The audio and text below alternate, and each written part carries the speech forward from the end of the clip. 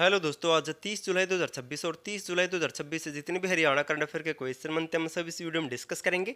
और हर क्वेश्चन के बारे में इंपॉर्टेंट और एक्स्ट्रा पॉइंट पढ़ेंगे हरियाणा जीके और हरियाणा करंट अफेयर के साथ में। तो शासन को शुरू करते हैं।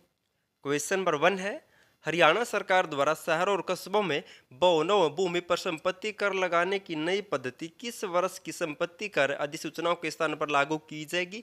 इनके अब तक जो भी हरियाणा के शहरों और कस्बों में भूमि या संपत्ति पर टैक्स लगता था दोस्तों, उसकी जगह अब एक नई पद्धति लागू की गई है।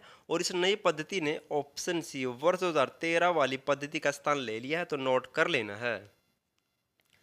हरियाणा सरकार ने शहरों और कस्बों में भवनों व भूमि पर संपत्ति कर लगाने की सरलीकृत व पारदर्शी पद्धति को कैबिनेट में मंजूरी दे दी है। नई पद्धति वर्ष 2013 की संपत्ति कर अधिसूचनाओं का स्थान लेगी। मोस्ट इम्पोर्टेंट है। अब जिक्र हुआ था भवनों या भूमि का, तो हरियाणा में भवनों की छत पर सोलर सिस्टम लगाने के लिए 200 करोड़ रुपए का एक रिवॉल्विंग फंड तैयार किया गया हरियाणा सरकार के द्वारा। और फरीदाबाद में पैरालंपिक भवन भी बनाया गया, भी मोस्ट इम्पोर्टेंट है।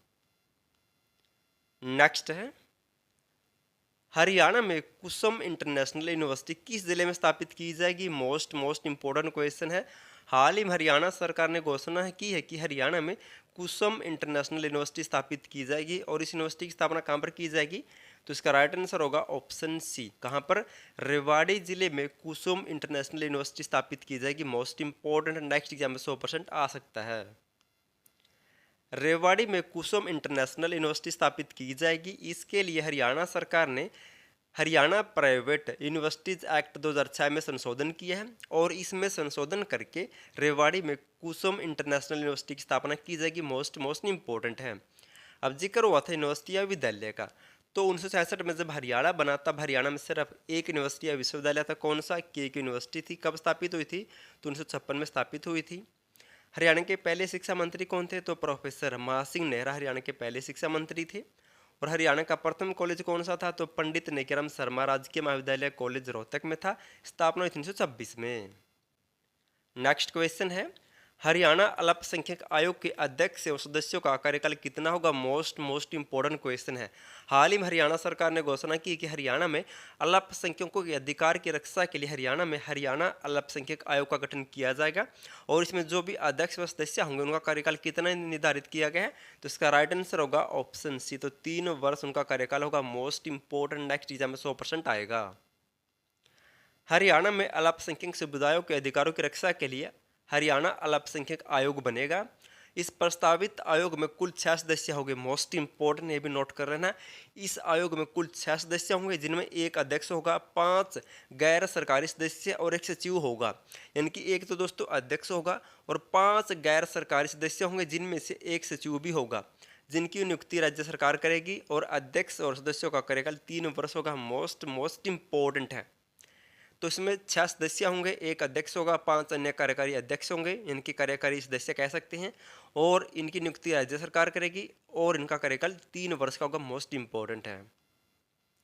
नेक्स्ट है, राष्ट्रमंडल खेलों में पैरा एथलेटिक्स में पदक जीतने वाली पहली भारतीय महिला एथलीट कौन बनी है। ये भी मोस्ट इम्पोर्टेंट क्वेश्चन है। हाल ही में हरियाणा से संबंधित किस महिला खिलाड़ी ने दोस्तों राष्ट्रमंडल खेलों में पैरा एथलीट में गोल्ड मेडल जीता है। और वो गोल्ड मेडल जीतने वाली पहली भारतीय खिलाड़ी बन गई है। तो इसका राइट आंसर क्या होगा, तो ऑप्शन सी, शर्मिला धनखड़ राष्ट्रमंडल खेलों में शॉट पुट इवेंट में गोल्ड मेडल जीतने वाली पहली भारतीय महिला एथलीट बन गई है।